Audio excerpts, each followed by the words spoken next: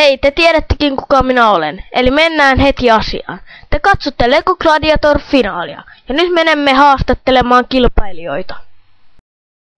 No pikkupoika, mikä fiilis sinulla on? Vähän jännittää. Miksi sulla on toi viitta? Koska mä haluan olla oikein super. Mitä aiot ostaa voittorahallasi, jos voitat? Ostaa! Sikanakarkkia. Heittäkää nyt se teleportista sisään, hyvänen aika.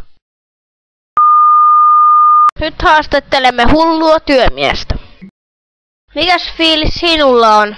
No, jännittää vähän sen, mutta nyt vedi tossa äsken parit energiajuomat, joten nyt riittää energiaa. Mitä aiot ostaa voittorahallasi, jos voitat? Niin paljon avaimenperiä kuin voi olla. No luuranko, mikäs fiilis sinulla on? Jännittää! Mitä aiot ostaa voittorahallasi, jos voitat? Maitoa. Se tekee hyvää luille. Nyt menemme taisteluun. Aktivoikaa lämmittelyrobotit.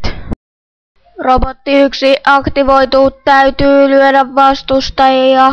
Robotti 2 aktivoituu, täytyy lyödä vastustajia. Robotti 3 aktivoituu, kädet eivät toimi, täytyy potkia vastustajia.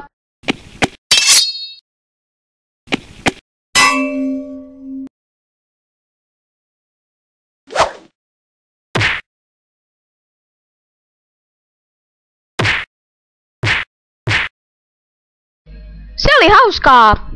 Hä?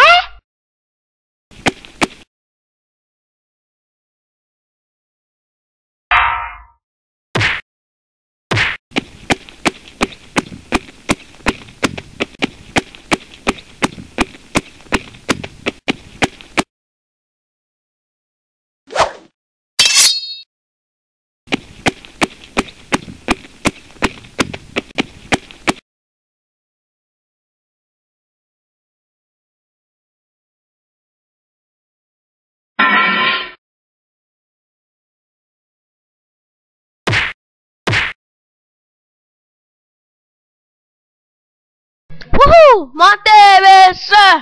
Wow! Hups, taidanpas tästä häippästä. Pikkupoika, sinä olet voittaja! Jee! Teleportakaa aarrearkku! Mä lähen. Toi oli jo vähän outoa.